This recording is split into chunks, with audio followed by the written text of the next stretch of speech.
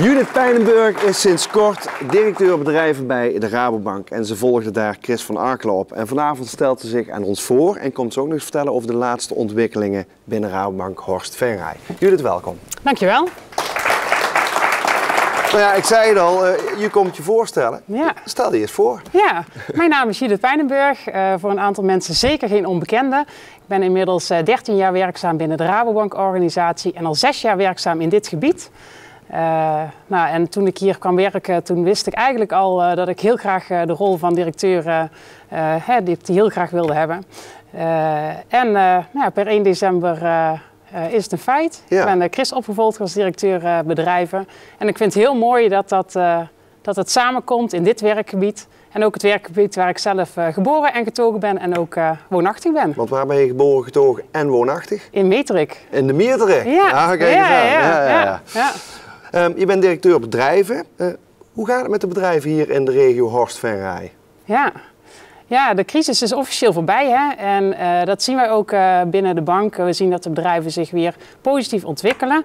Daarbij wil ik wel het onderscheid maken tussen de food- en agri-bedrijven en de bedrijven die echt in handel, industrie en dienstverlening zitten. Die zie je echt de weg goed omhoog maken. En in de food- en agri-sector laat het een wisselend beeld zien. De glastuinbouw die heeft de afgelopen jaren het lastig gehad. En meer recenter zie je de varkenshouderij en de melkveehouderij die het moeilijker hebben. En hoe de toekomst eruit gaat zien, dat is lastig te voorspellen. Hè. Dat hangt af van marktontwikkeling, wet en regelgeving. Dus dat gaan we zien. Nou, helemaal goed. Ja. De Rabobank, heb ik me laten vertellen, die bevindt zich ook in een sterk veranderende omgeving. Hoe ziet die verandering binnen Rabobank Horst Venray er dan uit? Ja, je voelt de verandering. Ook wij als Rabobank voelen de verandering. Hè. Je ziet een afnemende klantloyaliteit, steeds meer transparantie in de markt, nieuwe partijen die opkomen. Dus ja, ook al wij als Rabobank denken continu na hoe kunnen wij hier het beste op inspelen. Ja, wat doen jullie voor jullie klanten dan, om ze toch te binden? Ja, wij zeggen echt, de Rabobank Horst Venray is meer dan een bank. En dat willen wij ook zijn. Wij willen echt het gevoel geven aan onze klanten dat wij dichtbij ze zijn. Dus dat wij er ook echt voor ze zijn om hun dromen te helpen realiseren. Ja. Ik zeg echt altijd, het is het oude bankieren in het nieuwe jasje. Nou, en hoe ziet dat jasje eruit dan? Dat jasje ziet eruit als dichtbij zijn. Daarvoor hebben wij 6 gebieden verdeeld in ons werkgebied. We hebben kwartiermakers benoemd, Rabopartners noemen wij die binnen de bank. Ja. Die echt samen met de ambassadeurs binnen de bank gaan kijken wat gebeurt er. En wie is hier in Venray de kwartiermaker? Sanne Erps. En dat is dus het gezicht wat wij hier moeten gaan zien? Ja, onder andere, dat zien we al. En dat gaan jullie in 2017 nog veel meer zien. En Sanne gaat samen met de collega's, ook vooral de collega's die hier woonachtig zijn, want daar zit natuurlijk ook echt de binding. Hè? Ja. Het is heel mooi als wij medewerkers die hier woonachtig zijn in het werkgebied ook echt veel meer zichtbaar kunnen laten zien en de ogen en oren kunnen zijn van dit gebied. Dat wij niet alleen individueel voor een klant helpen dromen te realiseren door dichtbij te zijn, maar ook maatschappelijk impact hebben. Nou, en die maatschappelijke impact, hoe heb je die? Heb je daar ook een voorbeeld van? Ja, sowieso ondersteunen wij natuurlijk mooie zaken uit het coöperatiefonds. Dat zijn zaken met maatschappelijk impact die wij zeker ook met onze medewerkers mee vorm willen geven en tot uitdrukking laten komen. Maar ik noem ook het voorbeeld van Funpop. Dat is een evenement wat jaarlijks gehouden wordt in Horst. Ja. Zij willen dus het evenement tillen naar een hoger plan. Ja, en daar zijn we echt aan het kijken met het bestuur. Hoe kunnen we jullie helpen? En het helpen vind ik ook niet alleen altijd dat het financiële middelen moeten zijn. Maar ik denk ook aan ons netwerk. Hoe kunnen we eigenlijk dit soort dingen mee mogelijk maken om ook echt onze regio verder te versterken. En daarmee denk ik echt dat je meer kan zijn dan een bank.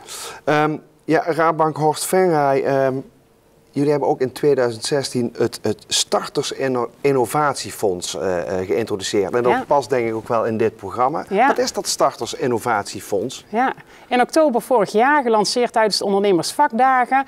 Ja, wat wij zien is dat er heel veel ondernemerschap zit in deze regio. Ja. Maar wij zien ook dat er heel veel innovatieve ideeën zijn die wij bankair niet kunnen financieren. Omdat dat te risicovol is en een bank is geen verstrekker van risicodragend kapitaal.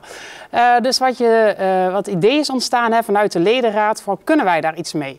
Dus er is een fonds opgericht waar €500.000 in is gestort, waarmee wij dus dat innovatieve ondernemerschap willen stimuleren in deze regio. Dat is dus echt uniek voor Rabobank Horst Venray. En daarmee kan een ondernemer een aanvraag doen om maximaal €50.000 bijdrage te krijgen uit dat fonds. Nou, dan schrijft een plan, je pitcht voor de jury. Ja, en daarmee... En wie zit er in de jury? Zit jij er ook in? Daar zit ik onder andere ook in, maar ook 2 ledenraadsleden en er zit een accountmanager in. Dan komt echt een pitch en dan wordt ook echt gezegd, nou je plan gaat door, je krijgt de bijdrage. Maar het is niet alleen het financiële gedeelte, dat wil ik wel nog benadrukken. Want ook hier willen wij meer doen dan alleen de financiële middelen verstrekken.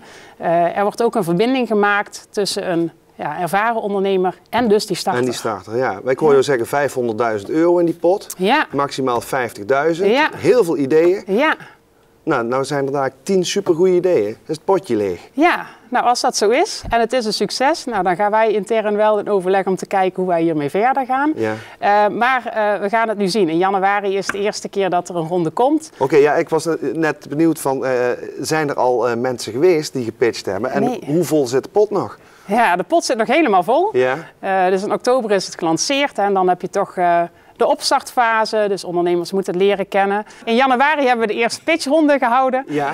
En we gaan zien hoe dat gaat lopen. Daar gaan jullie allemaal nog veel meer van zien. Precies, en dat was een hele mooie ronde. Dat maar was een hele mooie ronde. Nog niet leeg. Die pot is zeker nog niet leeg. Oké, dus bij deze roep jij startende ondernemers op. Meld je bij de Rabobank. Meld je bij de Rabobank. Ik denk met zo'n bevlogen directrice dat het helemaal goed moet komen bij die Rabobank Horst Venray. En mag ik jou heel hartelijk bedanken. Judith. Graag gedaan. Dankjewel. Okay.